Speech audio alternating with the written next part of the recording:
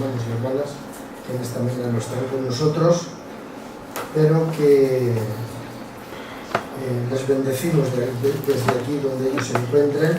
Seguro que están haciendo como no la voluntad del Señor. Así que vamos a encontrar en la Biblia, exactamente en el libro de Esther, en el capítulo 2, vamos a leer desde el verso 19 hasta el 23.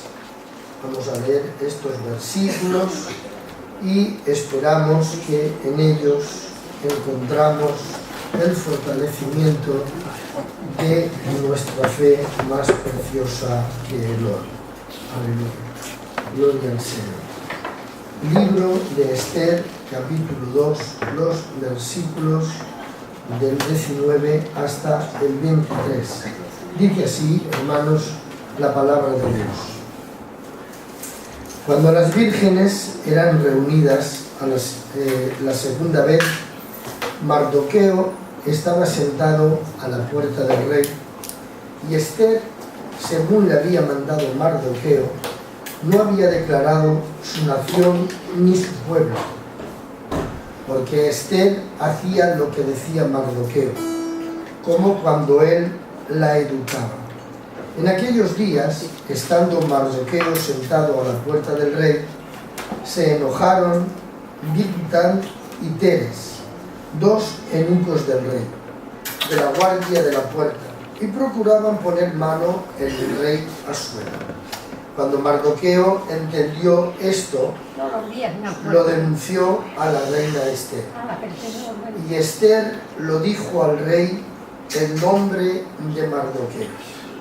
Se hizo investigación del asunto y fue hallado cierto. Por tanto, los dos eunucos fueron colgados en una horca y fue escrito el caso en el libro de las crónicas del rey.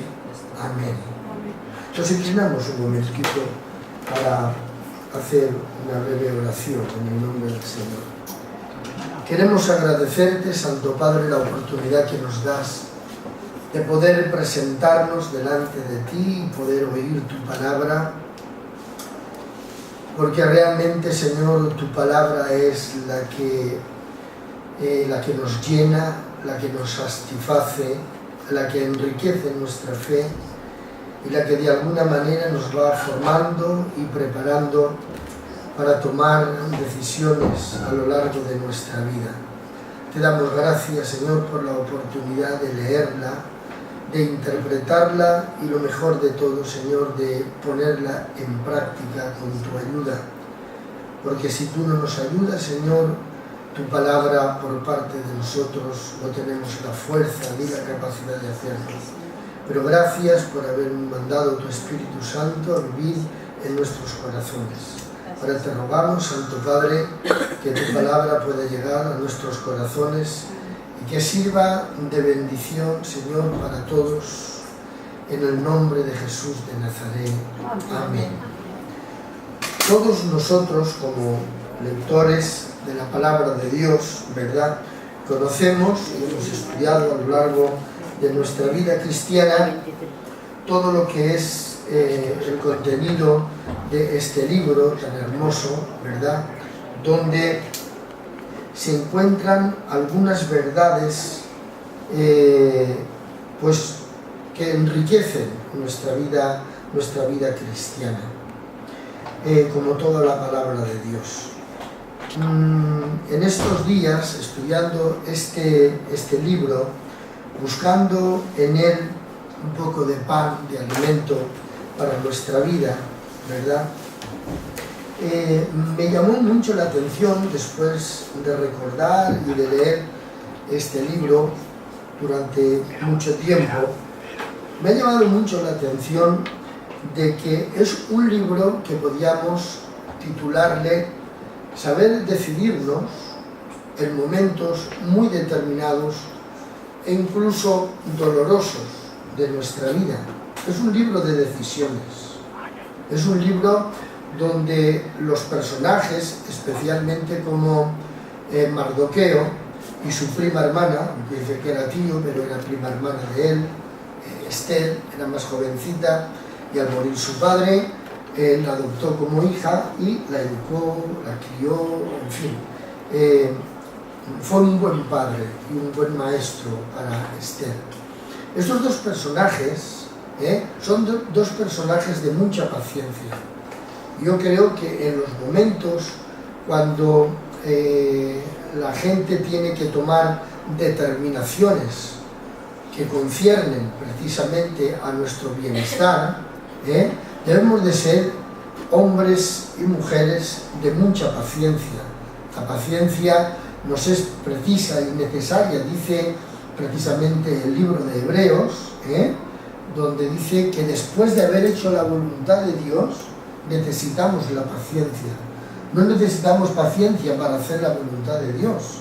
Necesitamos hacer primero la voluntad de Dios y luego tener paciencia, porque estar haciendo la voluntad de Dios va a ser posiblemente consecuencia de que vamos a encontrar dificultades, y para ello vamos a necesitar la paciencia para poder esperar el rescate de Dios mientras estamos haciendo la voluntad de Dios.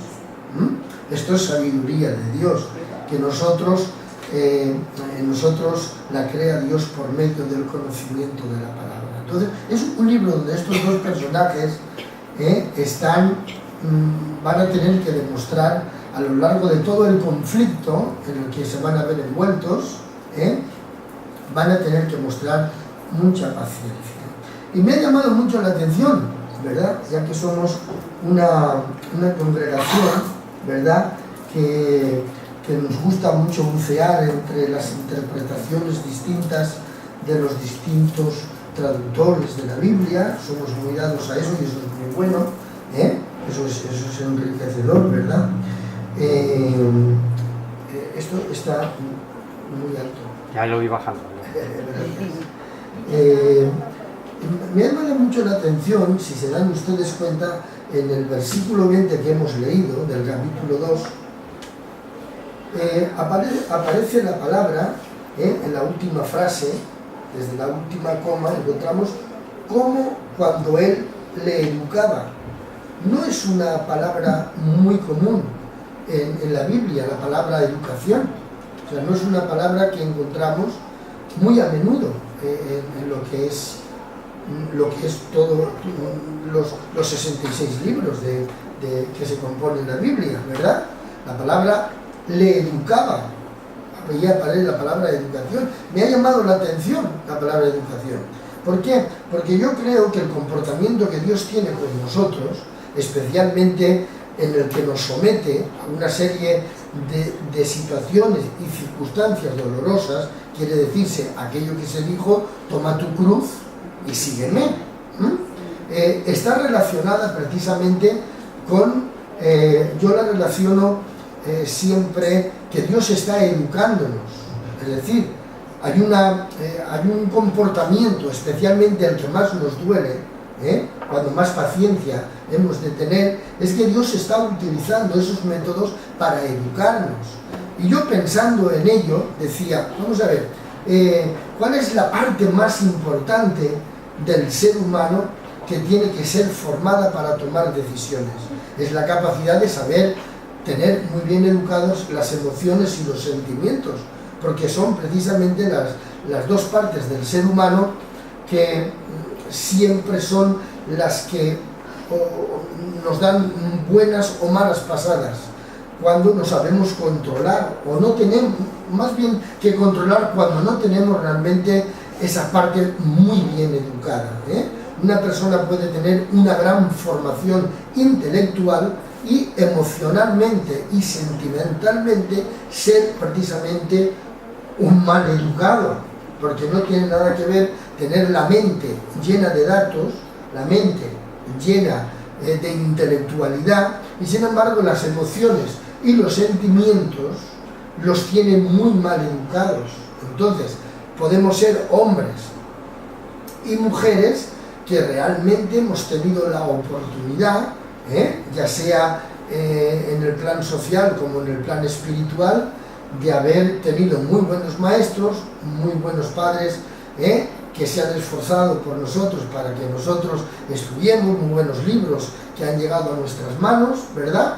Y tener una formación extraordinaria y buena. Pero hay algo que está reservado para Dios y que Él es el que realmente a lo largo de nuestra vida va precisamente educando para que las emociones y los sentimientos sean realmente formados y educados en el trato que Dios tiene para con nosotros.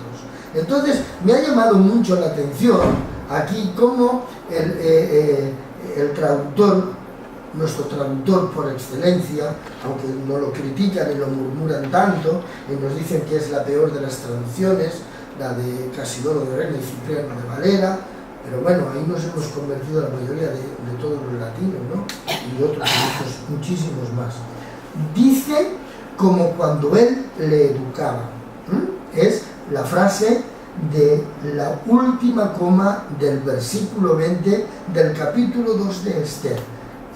Porque Esther hacía lo que decía Mardoqueo como cuando él le educaba. Es decir, Esther, a lo largo del libro, veremos que es una mujer esbelta, una mujer hermosa, en fin, tan hermosa y tan bella era que entre todas las que se presentaron, el rey Asuero la tomó como reina, para él, como reina para su reinado, como reina. Entonces, pero repito por cuarta vez, me ha llamado mucho la atención de que él se dedicó a educarla, y esta educación la podemos ver en un momento muy determinado de su propia vida, de la vida de Esther. Ella va a tener que tomar una decisión verdaderamente profética. Ella tiene que admitir, de parte de Mardoqueo, tiene que admitir una profecía, llamémosla doctrinal, sobre la decisión que ella tiene que tomar. Ella ya ha llegado a ser reina, pero aún no está en el lugar determinado que tenía que estar como reina, y ya saben que hay un enemigo, un tal Amán, que no podía soportar a Mardoqueo. Era más fuerte que él, tenía bienes, tenía riqueza, tenía de todo, pero había un personaje llamado Mardoqueo que no le reconocía, que no se postraba ante él, porque él era judío y aquello no podía hacerlo. La ley de Dios se lo prohibía. Así que este Amán de alguna manera estaba furioso, buscando siempre la forma y la manera a ver de cómo podía hacerle daño a Mardoqueo. Era todo su afán, porque no podía soportar la manera en que él no se postrara. Todos se postraban, menos Mardoqueo. Él tan solamente se mantenía postrado delante de Dios y de nadie más. Sin embargo, le había dicho a su sobrina, a su hija adoptada, a su prima, le decía que no dijese ni de qué pueblo era, ni de qué nación era, sino que eso lo mantuviese en secreto. Ella fue obediente. Ella era una mujer que aceptaba muy bien desde pequeñita de qué manera Mardoqueo la iba educando y la iba guiando.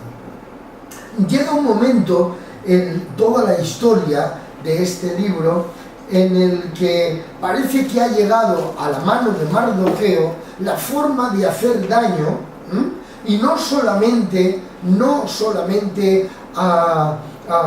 en este caso a Mardoqueo, sino también a todo el pueblo y a todo lo que verdaderamente representaba él, a toda la nación judía, a todos los hebreos, a todos los que estaban nada más y nada menos, para no equivocarme en el número exacto, en las 127 provincias en las que el rey Asuero era el rey de todo ello. y en las 127 provincias habían posiblemente judíos, y por lo tanto este Mardoqueo parece que ha llegado el momento de vengarse no solamente de Mardoqueo, sino también de todos los judíos.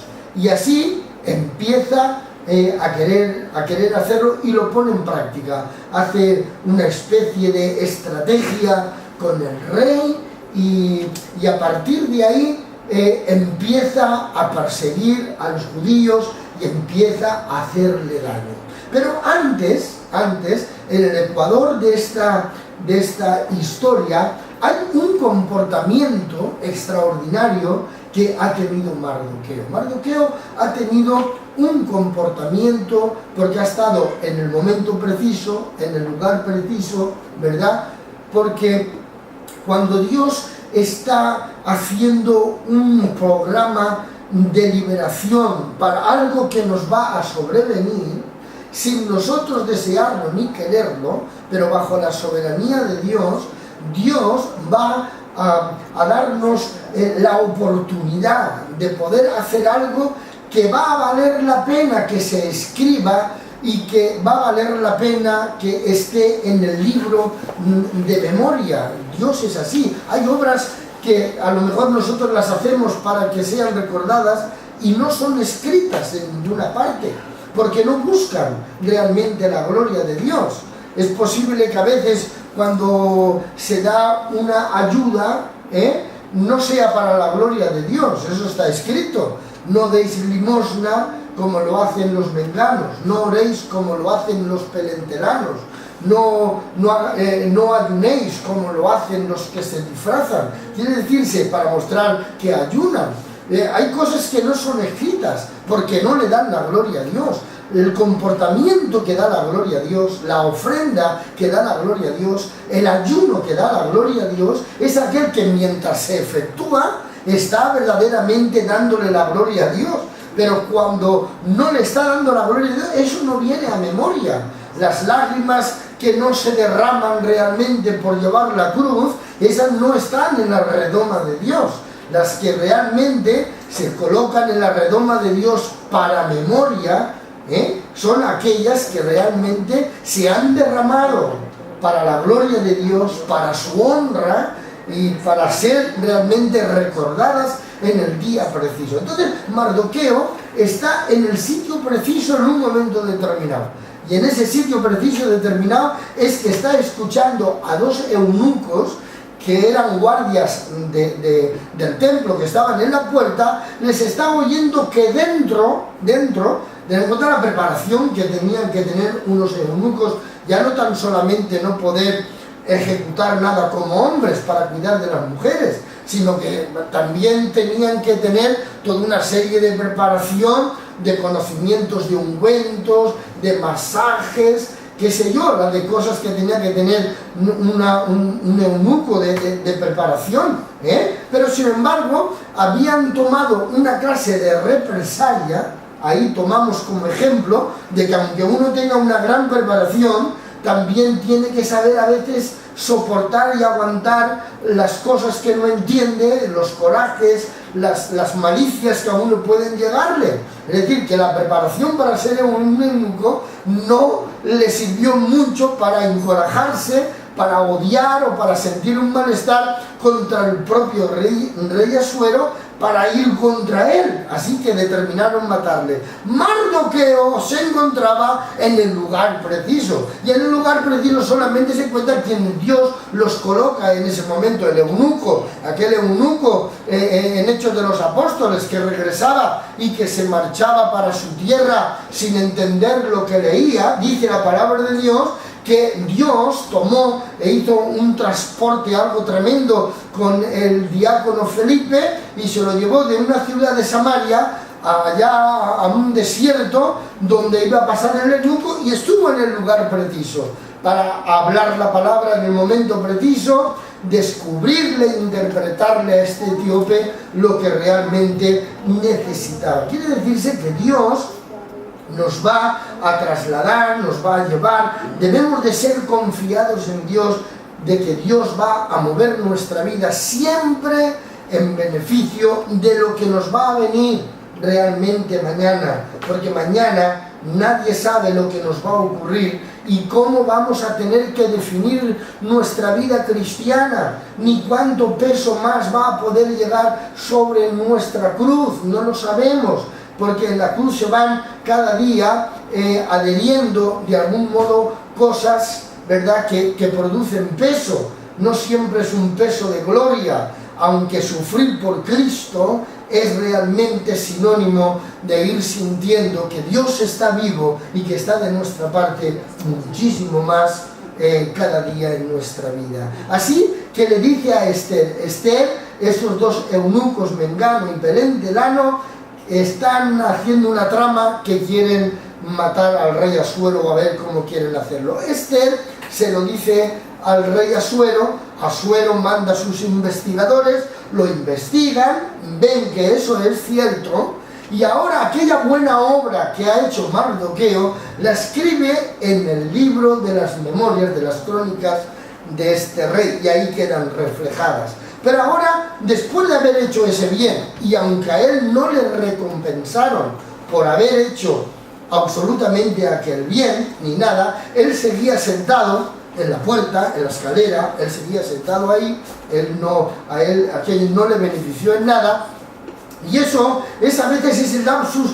que también nosotros como cristianos estamos viviendo, y parece que la recompensa de lo que estamos viviendo y obedeciendo y viviendo en Dios, parece que eso no nos viene, que no tenemos absolutamente ningún tipo de recompensa de nuestra entrega, de nuestra vida cristiana, Parece que la tormenta no se termina nunca, parece, como ya he dicho por tercera vez, la cruz pesa mucho más, y necesitamos entender que Dios necesita tiempo, y que en el tiempo Dios va a responder a nuestras oraciones y a nuestro trabajo, porque nuestro trabajo no es en vano. Según Pablo escribe a Corintios, no desmayéis, porque vuestro trabajo en el Señor no es en vano, y vais a recibir verdaderamente la cosecha de lo que habéis sembrado. Y como estáis sembrando bien, pues vosotros vais a recoger una buena cosecha. Es la enseñanza de, después de haber hecho la voluntad de Dios, estar esperando pacientemente en el tiempo de Dios. Así que luego empieza la tormenta, Amán parece que gana la batalla, o en principio, y ahí hay algo terrible y tremendo que está ocurriendo. Empieza a morir gente en las 27 provincias de las cuales era rey Asuero. Los judíos están sufriendo. Mardoqueo, él ya dice: yo soy judío, él destapa lo que es realmente delante de todos, empieza a tomar una actitud de dolor. Esther se entera, le manda ropa, le manda comida, él dice: no, bueno, pues ven y dime, sal a tal patio que voy a hablar contigo, qué es realmente lo que te está ocurriendo, porque estás realmente en la situación en la que estás. Es importante a veces que salgamos de lo que es la metodología de la meditación, de decir, bueno, yo oro por la mañana, leo por la tarde, lo que son nuestros devocionales, que a veces realmente esos devocionales son tan rituales que hay que hacerlos, esos devocionales son tan pobres pero hay que seguir haciéndolos, esos devocionales son de algún modo tan empobrecidos pero que hay que seguir haciéndolos. Pero cuando la situación se arrecia, cuando realmente la enfermedad, el problema, la dificultad, cuando realmente hay que enfrentarse a un gigante grande, o a una tormenta grande, o a un mar rojo que nos ruge y el ejército está detrás, el devocional cortito, ese devocional que nos mandan los libreros y nos dicen: léase la Biblia en un año, o ayune usted no sé cuánto tiempo, o arrodíllese no sé cuánto tiempo. Hay que salir un poco de ese ritual devocional pobre, religioso, que nos está valiendo mientras la nevera está llena, que nos está valiendo mientras el estómago no nos duele, que nos está valiendo mientras que el vecino no se mete con nosotros, que está valiendo mientras el coche funciona, que está valiendo cuando parece que todo está en buena función, pero que cuando la tormenta viene, cuando la persecución viene, cuando la necesidad viene, ese devocional tan cortito, y perdonen por la expresión, pero tan ridículo, a lo largo de toda nuestra vida parece que no hay fruto, pero si yo tengo mi devocional, si yo estoy ahí, tal, pero es que eso es pobre. Las 3 veces que tienes que orar ahora, cada día, no están resolviendo nada, Daniel.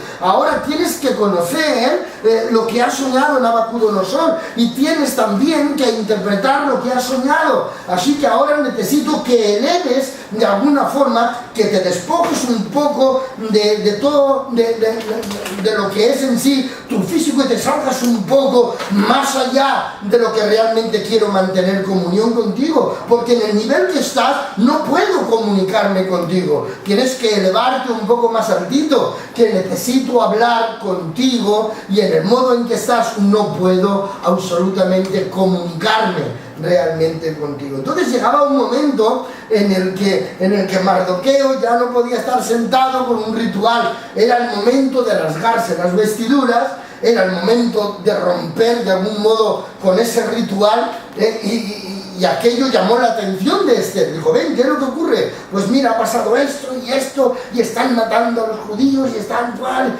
Y ahora Esther dice: ¿yo qué hago? Ella ya no sabía qué hacer en ese instante, Parece como que quería tomar la actitud pasiva, de decir: bueno, pues yo he llegado aquí, y aquí es... No.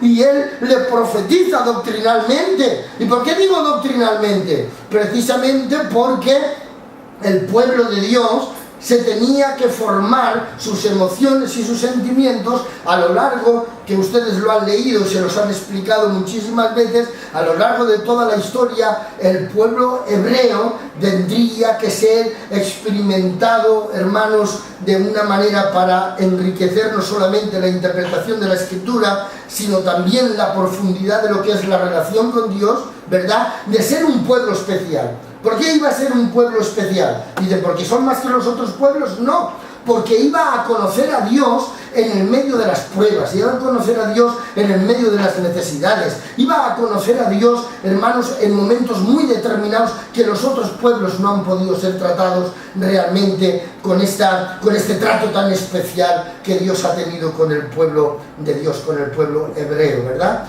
Entonces, de alguna manera le dice: mira, esto ha llegado...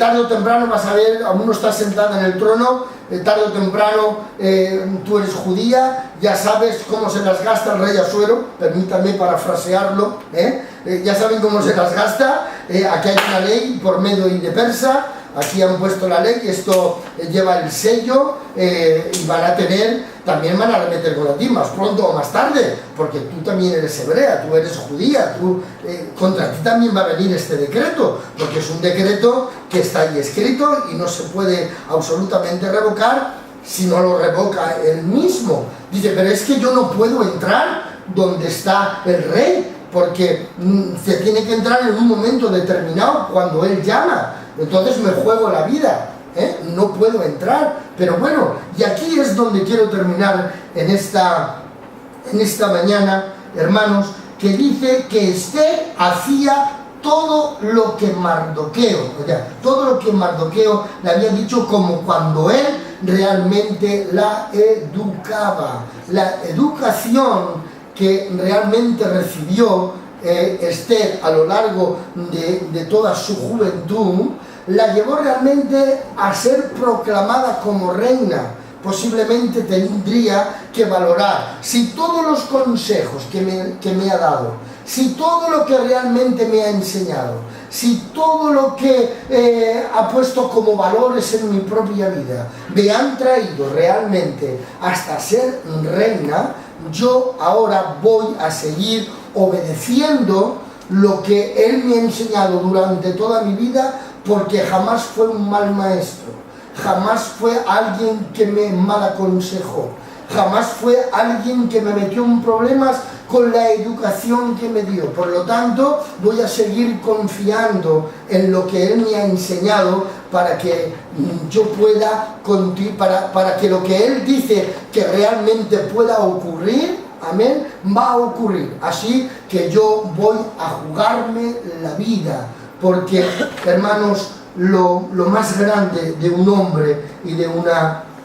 mujer de Dios cristiana a lo largo de su vida cristiana es que Dios sea el dueño de sus lágrimas cuando haya que llorar y también de retener su lagrimal cuando no tenga que llorar. Le dijo Dios a un profeta: tu mujer va a morir y no quiero que llores por ella.